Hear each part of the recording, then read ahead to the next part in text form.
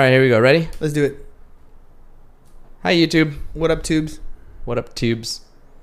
Alrighty, and last but certainly not least. Lemon head. Ooh, tiger. Tiger face. Lemon face.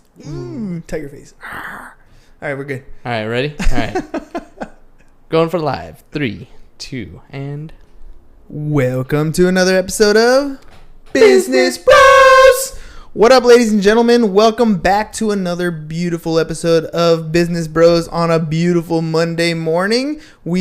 Hernan CS, well, I'll just start off with the intros. Hernan CS, host of the Business Bros podcast, along with my co-host, the insurance bro, James CS with Pipeline Insurance. And we are happy to be here. Happy to be here. It is a back to school day today. Back to school. Back to school. You couldn't help to not carry I couldn't do it. You know, a little Adam Sandler there? Little Adam Sandler. Nice. Oh, my God. At least I didn't go with the goat story, right? That's true. That was... I missed the goat, but that was a good one. So anyway, back to school. You button hooked me. All right, ladies and gentlemen, quick reminder before I get to the back to school story. 365 pairs of shoes by the end of the year. So if you have a new pair of shoes, used pair of shoes, or you want to donate some cash, hit James up 619-884-0045 or james@csfirst.com. He'll ride over in his Harley and pick up those shoes, give you a little Instagram shout out, or keep you anonymous. Completely up to you. And then just a reminder, he also sells insurance. Actually, if you want to add insurance into your particular business, maybe you have a tax office or a real estate office, mortgage office, you want to add insurance into your particular line of business, hit him up 619-884-0045 or james@csfirst.com. Boom. Bada bing, bada boom. Speaking of those shoes, though, do we want to talk about where we are? We're only at like 10%. We're only at about 10%. Yeah. So now, once we actually count them up, we're like, we still got a ways to go. So if you want to help us, we'd love to get you to get that thermometer all the way up to the top as soon as possible. Seriously, no. This is a thing. Can we talk a little bit about the shoe thing? Go for it. So where did it come from? It came from the old man. Came from the old man. Well, I mean, yeah. So Dad has always been the big believer in helping the needy and trying to get... that's always been one of his causes, is helping the homeless in one way or another. And it just so happened that one day I was walking through Balboa Park. I don't remember. I can't remember if I was walking or running. I think I was walking because I had Katie with me. Anyway, lady comes up crying. I just passed her by, actually, and she's crying, and she ain't got no shoes.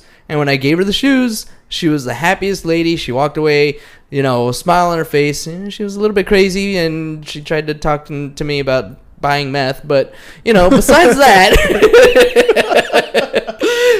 that, she was definitely happy to have some shoes on her feet. So this really is something that we want to put together. We want to be able to help our community. There's so much homelessness out there in San Diego. It's a great place to be, period. And if you're going to be homeless, there's not much better place than to be in San Diego for sure. But still, there are people out there that need stuff that we have. If you have some extra shoes lying around that you haven't worn in a while, that are pretty good shape, they're going through shoes. The homeless person that I talked to one time told me that he goes through shoes about every 4 months or so. They're on their feet, they're walking around, they're doing all this stuff all the time, sleeping out in the cold or the warm, depending on what time of year it is.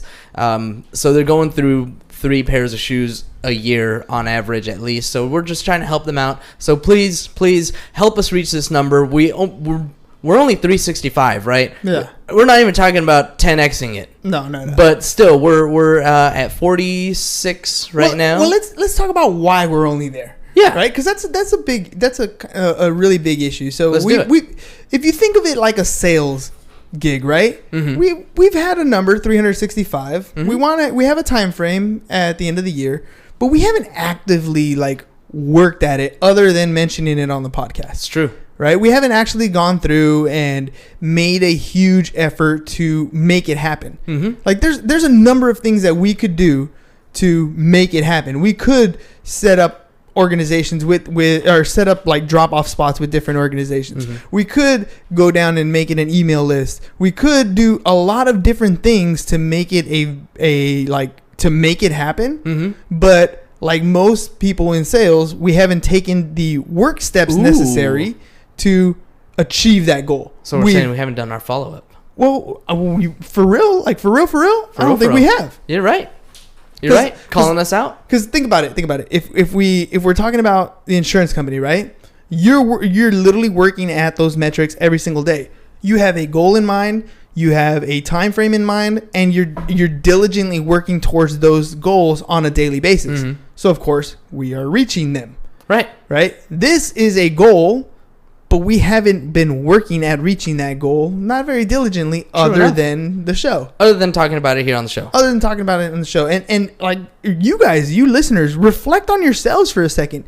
The year is almost over. I know nobody likes to hear that because we're only in July, we're like 7 months in. What do you mean it's almost over? I mean, by Halloween, your year is pretty much done. Your prospecting tends to be nil, right? Your follow-up goes even further down the wayside. Pretty much after October, you got November, which is Thanksgiving, and you got December, which is Christmas. You're pretty much done. So if where you're at in the year right now is a huge indication of what you've been doing throughout the whole year. If you've just been saying that you're in real estate, or you've just been saying that you're in insurance, or you've just been saying that you're collecting shoes, but you actually haven't been, doing the necessary steps to achieve that goal, then those numbers are going to be a good reflection. Like actually going down and counting where we were at is a huge indication of how much effort we put into the project itself.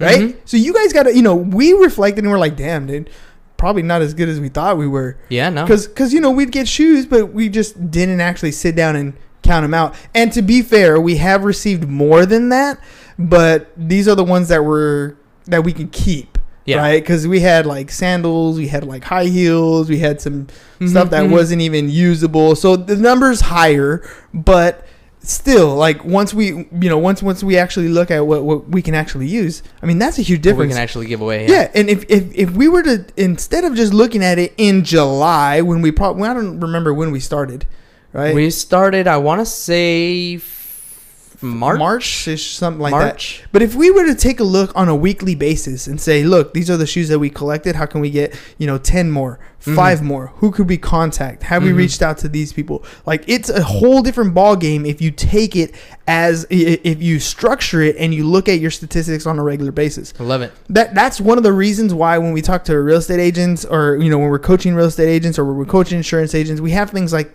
a whiteboard accountabilities, right? Where you visually can see where you're at today and where you expect to be at the end, and where like every single little piece. Do I have enough leads for the day? Do I have enough in escrow for today? Do I have enough? Whatever your situation is, you can visually see exactly where you're at on a daily basis, so you know where to set your focus on for that day. And we have not done that when it comes to the shoes. We haven't, and it's a failure on our own part. But going down there and counting them and everything and doing all of that, you're right. That is a big step. And just to know where we're at. And one of the principles of project management, if you can't measure it, you can't grow. Absolutely. And so here's the thing. I told you that the year's almost over, but it ain't over yet. No way. Right? Still got plenty of time. We still got plenty of time, especially when it comes to donations. I know we can get heavy donations when it gets closer to the holidays. Sure. I understand that. But I know where I am at in the year. Right? And so, here's a chance for us to turn this around. Here's a chance for you to help us turn it around. So if you want to make a donation, you can. But at the same time, if we're really serious about hitting the 365, which we should be since we've been telling you about it all year, we should be taking some necessary steps to get there. Right? So hopefully you guys can parallel with us. Let's say you're in real estate and you've only closed, 5 or 6 deals this year, maybe 7, one a month, and your goal was to get to 20. Well, it's not impossible for you to do that in the next couple months here if you're proactively doing those necessary steps, if you're doing the money-making activities, if you're doing the things every single day that are going to lead to more transactions. And it's not, checking your Facebook. It's not, working on your website. No, it's getting out there and actually talking to people who are going to make a difference, who you can sit down and talk to, that is a transactional person that has the ability to buy or sell a home, that you're getting in front of saying, let me be the professional that helps you do that. Any of those activities that you do on a regular basis are going to get you to what you need to do. You can turn on the engine any time in the year. Now, if you would have set the systems up at the beginning, you could have had a nice fluid motion. You could have had leads in the pipeline that you could have been following up on. But if you haven't, it doesn't mean that you can't start today. It doesn't mean that you can't go on, what was I watching? I was watching The Lion King, right? I was watching The Lion King, right? Every day is a new ability to start anew. Every time the sun comes up, that's a new day for you to take a different action. That's it. Every day, every single day, you make the choice. Nobody else is going to make the choice for you. You actually have to take the action to get to where you want to go. Every single day. Sorry about the coughing. But every single day, you need to look in the mirror and say, did I do what I needed to do today? Because honestly, it's only on yourself. If you haven't met your sales quota, it's on yourself. If I haven't collected enough shoes, it's on me. If I didn't prepare for my class to start today, it was on me. I've had all summer long. We are all chronic procrastinators, and the truth is most of us are too lazy to do what we need to do to get where we want to get to. We have a goal, we have a destination, we think about getting there, it would be nice, but none of us are really ready to do the work on a regular basis. Why? Why do you think, Cam? Part of it is laziness. I think honestly, a major part of it is laziness. I mean, yeah, when it comes right down to it, I was talking today about how I get after myself. I'm my own worst critic, right? And I'm the one that will be like, well, I could do so much more. I could be doing this. I could be doing this. I could whatever. I could be sitting in front of my computer and trying to create all of this content for the website, and I could be trying to plan and map out these different projects that I'm working on, and I could be at home and working until 10, 11 o'clock at night and doing all this stuff, but instead I'll take a couple hours to watch a Netflix show. I'll go for a walk with Katie. I'll go to karaoke. I'll do whatever fun things that I want to do because it's more fun. I don't those other things are work. Yeah. Right? Yeah.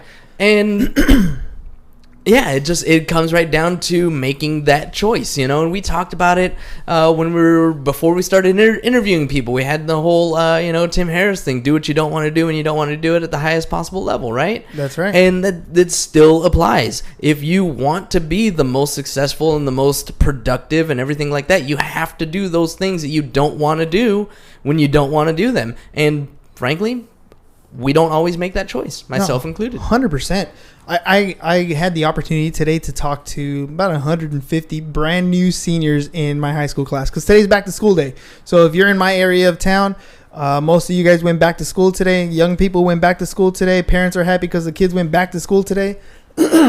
And I have a different approach with my seniors than I usually do with any ninth graders that I get. And I'm having more and more senior classes, which is super awesome. And one of the things that I'm having the kids do that has really dramatically changed the way I approach a lot of things is I'm having them journal every single day. And I've never done that before in a class, especially since it's a math class, right? You think, why the heck am I going to need journaling? But the truth of the matter is I want them to start to open up their creativity in their mind. And what I tell them is pretty simple. You guys ever have an idea that you're thinking about, right? You're like, oh, that's a good idea. And you're like, I'm going to do that a little bit later. And the day gets around and it just kind of evaporates. It disappears. The idea is gone. And the reason why that happens is because we are all constantly distracted by so many things in life. Driving somewhere, picking up something, saying hi to whoever walks by, looking at people as they cross the street. Whatever it is, life is distracting you. So that idea becomes, it's there and then it's fleeting. It's gone. Mm-hmm. But what journaling helps you do is it helps you get those ideas that you've had, whether you do it in the morning, in the evening. I suggest you do both, actually. Mm-hmm. But it helps you get those ideas onto paper so that now you've planted the seed, right? Now you've taken an idea, a concept, a dream, and you've put it on paper. You've planted that seed, and now it's time for you to help make that seed grow. Now, you may never use that seed again, but it's there. You can reflect back. You can go back and review what you thought about, and now that idea can turn into something great, right? So journaling for me has been like that. It's like I had an idea and then I'm going back. I'm like, ooh, I remember talking about that in my journal and I remember writing that. Oh, there it is. And here's the piece of information. And maybe you're just getting a bunch of pieces together and you don't know that you're putting a bunch of pieces together. But eventually it will become something that you're able to take action on. How long have you been doing journaling now? I don't even know. Not very long. Maybe a few months. A few months. Yeah. Tops. But it's made that much of an impact on my life. Yeah. So far. So I want my students to do the same thing. So right? there is a difference though, because there's definitely a difference between what the type of journaling that you're doing, this intentional journaling, and myself. I've been journaling since I was 14, 15-year-old emo kid. You know, oh, this girl broke my heart. Oh, this girl broke my heart. Oh, this girl broke my heart. Yeah, that was me. No, but I mean, intentional journaling is definitely different. When you are journaling with a purpose, you want to be able to look back at things. You want to look at the thoughts that you've had, and you want to be able to build upon, and continue to put together this puzzle. Whatever's in your brain, whatever you have going on, there are different pieces of it, and different pieces will probably come to you at different times. And having that kind of a journal, having that intention behind it, is really, really helpful. And even if the intention is just to feel better, like it doesn't have to be that your intention is to create this whole gigantic business, venture, corporate, like that doesn't. It could be just to make yourself feel better, and sometimes that's as much work as anything else. To release. Right? Yeah. To what I've been doing. Today was talking about segment intending, and it happened over the weekend where Vanessa and I we took a time to meditate. I mean, we meditate probably most days, but we had both skipped for a while. And so we took some time and we were like, you know what, let's meditate. And before we meditated, we were like, okay, what do we want to get out of this? And we're like, well, we want to feel good. We want to feel free. We want to feel, appreciation for the things that are around us. We want to feel like there's abundance flowing to us. We want to have that feeling of allowing good things into our lives, just like, what is the purpose behind this? And then we go ahead and we take our 15 minutes and we meditate. And coming out of it, just like, I was jazzed, man. I was like bouncing off the walls, like, woo, yeah, let's go. I'm ready. Let's rock, And if you have those kinds of intentions when you're doing different things, you get out of it exactly what you're putting into it. So, this morning, for example, I woke up and my first thought was, I'm not going to hit that snooze button, right? I'm going to wake up. I'm going to get going, right? I'm not going to choose to be unconscious in my life. And as I'm getting ready, as I'm brushing my teeth and shaking off the sleep, I'm like, all right, well, I'm gonna have a great walk with Katie. It's gonna be really nice, and then I'm gonna go for my run, and I'm gonna feel good. I'm gonna feel energized. I'm gonna feel refreshed, and like by the time it's 7 o'clock or close to 7:30, when I'm like showered and ready and getting ready, and everything, I'm like, fuck yeah, dude, I'm like ready to rock, and.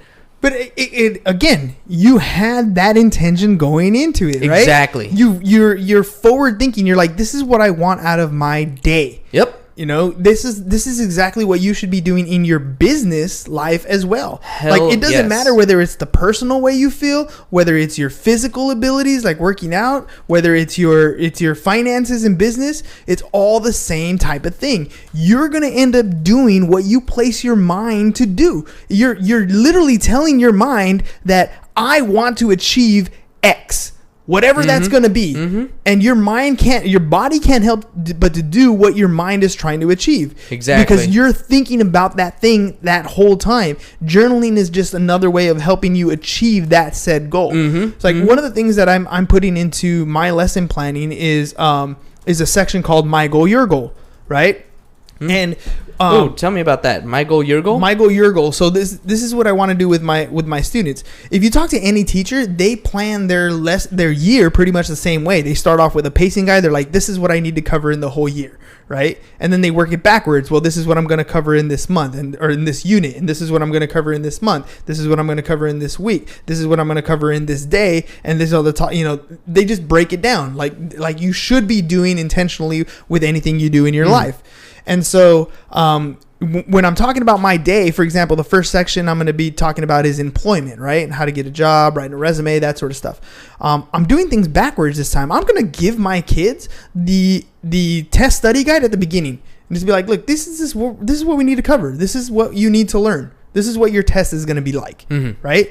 Now that you know what you're supposed to expect, let's plan together. So like any day that we come to class, I have a goal that I want to achieve in that day, that lesson, right? But I'm going to call it my goal, your goal, because I'm going to tell you what my goal is for the day. And since you know what's going to be in this chapter, I want you guys to tell me what your goal is going to be for the day. Interesting. And so because let's face it, we have two different dynamics. One of the things I talked to the kids about today is this class that we're taking, financial algebra, is one of those classes that's going to be useful for you, that you're actually going to use in real life. And that's not to say that a lot of the other classes aren't, but let's face it, it's school. A lot of them you're not, right? Unless you go into that particular field. And I mean, that's part of the reason why I gave up on school so long ago. And that's what I was telling them. I was fortunate enough to figure out, for me, school clicked because it made sense. I understood that pattern. I knew, sit down, listen to the teacher, and then when you take a test, that's the information that's going to be on there. I didn't really have to study. I listened, I learned, I practiced, and I applied, right? That was the simple pattern for me. It worked for me, right? But that doesn't mean it works for everybody. And I told them all in the class, you guys are not dumb. I'm sure you've been told, because a lot of the kids, struggled through school. Yep. I'm sure you've been told if you don't get good grades, you're not gonna amount to anything. If you don't do what you're supposed to do, you're not gonna be able to get into college. If you don't, all these different things that are like, basically knocking them down a peg. And I'm here telling them, scratch all that. This is the beginning of you. I want you to understand that you're gonna set your goal. I'm gonna tell you what I want to achieve in this lesson, but you're going to tell me what you want to get out of it. What would be a good idea too is kind of give them an overview of all of the things that you're going to talk about in the class and say, and I think you've kind of done this already. This is my goal for you by the time this class is over. Yes. And then what's your goal by the time this class is over? Well, today, that's exactly what I'm going to end up doing, but per chapter, because I can't give the kids the whole thing. I'll give them, these are the topics that we're going to talk about, but I'm going to do that, intentionally at the beginning. I want them to come up with their goals too. It's intention setting for them. For them, yeah. It's me setting the intention and then getting them to set their own intentions. Because, when I talk about ownership, when I talk about employment, it might be more important for one kid to learn about, how do I write a resume? It might be more important for another kid to how do I get an internship? It might be more important for another kid that I don't even want a job. I want to be self-employed. I want to have my own business, right? So each of them is going to have a different mentality. My kid might just be like, I'm just going to work for my parents. Like I don't need a job, right? So each one is going to have a different goal, but at least we're going to bring out all these types of things in a discussion, right? We're going to have these different intentions up front. And those are the habits I want them getting into. If we can just, create that pattern within them ahead of time, these are just instructional things, right? These are things in a classroom setting. But if you take those and apply them in your real life, where do you want to be? Okay, what does that look like? And it's such a blessing. Like, I don't think that most of your students understand how blessed they are to even have this class available to them. Because, I mean, we've talked about this over and over again, that this wasn't available, first of all, when we were in high school. Yeah. And even though it is available for them now, not everybody takes this class. No. And, just to toot your horn a little bit, not everybody gets you as a teacher. Yeah. Because, I'm just saying, like, I don't know all of the other teachers, but I get the feeling that not all of them have the same type of business mentality that you do. Well, yeah, that's the thing is I have a huge passion for this topic, right? So, there's a lot of different things that I want to do with this class, and I'm trying to figure out the best ways to approach them, right? And the best ways to get the kids involved. Like one of the things I shared with them was, you guys ever have an idea? This is what I ask the kids. You guys ever have an idea and you think it's the greatest idea in the world? You're like, this is awesome. I'm going to do this. This is going to make me a lot of money or help me lose weight or whatever the idea is in their head. And then the first thing they do is go off and share it with somebody that they care about or love, one of their closest friends or their parents or whatever. And then the parent turns around or whoever turns around and says, no, that's not going to work. Right. Like, all of a sudden that person has killed that dream, right? That dream is done. It's over. Like that. Now you're just one of those people who's like, yeah, you're right. It's never going to work. And so you never tried. Mm-hmm. That could be your nugget that changes your life, that helps you achieve the happiness that you're looking for. And I, what I told them is when you cross that door, there is no, you can't do it. There's more of, okay, how are you going to do it? Yes. Right? How can you do it? Mm-hmm. Like I shared the example when in prior years I'd had kids try to start their own business. I'm so sorry. I was just gonna say, do you put on the board, like if it was me, I can't and I don't know are not acceptable answers? I don't know. I actually tried that.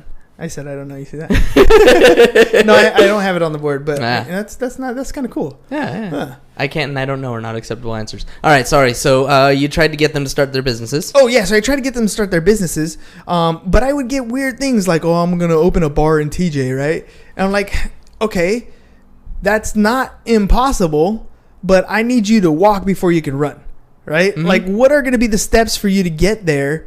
If that's really what you want to do. Yeah. Right? It's not so much you can't do it. It's fine that if that's what you want, that's right. fine. If that's what you want, that's fine. But put on your project manager hat. How do you get there? Yeah. Right? And so I it's hard to get, 17-year-old kids around to wrap their mind around that. So this year I'm doing a little different, right? This year it's going to be, look, we're going to talk about employment. What types of feelings are involved when you're looking for employment? What are products or services that can help you achieve those goals, right? And we're going to create pieces of content on the 4 different platforms, Facebook, Instagram, LinkedIn, and YouTube. Mm-hmm. And we're going to have teams creating pieces of content. No Twitter? You know what? I might do Twitter. I could add Twitter in there. But we're going to create pieces of content for those platforms. And it's basically... you're taking the concepts in the book and we're creating small projects around them, right? That's essentially what's going on here. But they get the opportunity to A, learn the platforms, B, create intentional content with the ability to market, and then C, they're learning the actual material. So I think, I'm going to give this a shot. We'll see how it goes. Hopefully it goes really well. But my intent, right, at the end of the year for these kids is that they have a marketable skill. Right? Mm-hmm. They actually know these platforms and know the power that these platforms have and how they can use them. Mm-hmm. And they learn the content so that they're prepared. They know the rules of money and how it works so that when they go out in the real world, it's not a slap in the face. Yeah. Those are my 2 goals for the year. That's it. A little bit of financial literacy and some social media marketing training. Right? And at the very least, like, think about it. Maybe they don't use social media that way, but maybe they're thinking about, I probably shouldn't be posing like this on my Instagram, ladies or guys. I probably shouldn't be doing this, recording this online, right? Like there's a little click in their mind that's thinking what maybe it is that they're doing. Post that. Yeah. Right. That's the question, right? Yeah, maybe I shouldn't post that. They're actually thinking about it because now they have a purpose. Mm-hmm. So, it works hand in hand, and we'll see how it goes. I don't have no idea how it's going to go. But I know what I want, right? Yeah. I know what I'm trying, and setting your intentions from the beginning. And you know what? There's no way you can fail. No. Absolutely right. I honestly believe that. I don't think you can fail. Well, even with the shoes, if we go all the way back to the shoes, we have 46, 47, whatever you said. I don't remember, but that's how many shoes that we're helping the homeless. Yeah. So even if we don't reach 365, we've helped 40 something people. Right. Right. And that's a win. That's still a win. That's a win. And if we actually put the effort in, which is not a lot of effort that's needed, but if we actually put the effort in to make this thing happen, we could blow that out of the water, no problem. Easily. But you have to take the necessary actions every single day to achieve that goal. That's a fact. If you do not, no matter what it is you do, you're never going to get there. You can dream about it. You can think about it. You can pretend that you're going to get there. You can talk all you want. But if you're not taking the actions to get there, it's just never going to happen. All right. With that, I was gonna say I know someone might disagree with you, but what, really? Yeah, believe it or not, I think there are people that would be like, you know what? If you believe that it could happen, you could be walking by somewhere and just run across a van full of shoes that they're giving away and just grab them. Anything's possible. Anything's possible. But that's way less likely than if you take action on a regular basis. Right? Anything can happen. Look, there's, yeah. Look, yeah. An Amazon plane could, drop its payload, and then here comes 365 pairs of shoes that land in our backyard. Anything can happen. Is it likely to happen? Probably not. Right? But if we take action, we can make it happen. And Absolutely. That's the biggest difference. And that's the part right there. That's it right there. Ladies and gents, with make that it happen. in mind, 365 pairs of shoes by the end of the year. So if you want to help us reach our goal, or maybe maybe you don't have shoes, but you have a place where we can set up a shoe drive. Like one of the things we want to do with some boys from IB that we just had on the podcast recently, Andre and Clint, right? They want to put together a beach cleanup, and I said, dude, that'd be awesome. I'd love to be a part of that. And we're going to reach out to other organizations as soon as they get the clearance from IB, by the way. And maybe that's a place where we can get more shoes, right? Whatever it is that we do, if we are working towards our goal, we can get there. So if you want to help out 365 pairs of shoes, hit James up 619-884-0045 or james@csfirst.com. He'll ride over in his Harley, pick them up, or we'll set something up to sit down and talk, see what we can do for you guys, for your organization to help make this thing a reality for people. And also, if you guys have any insurance needs, hit James up 619-884-0045 or james@csfirst.com. That's all we got for you guys today. Peace. Bye-bye. And I'm out. Totally switched up the names I pointed up right here. That's your name. No, it's your name. Bye, Facebook.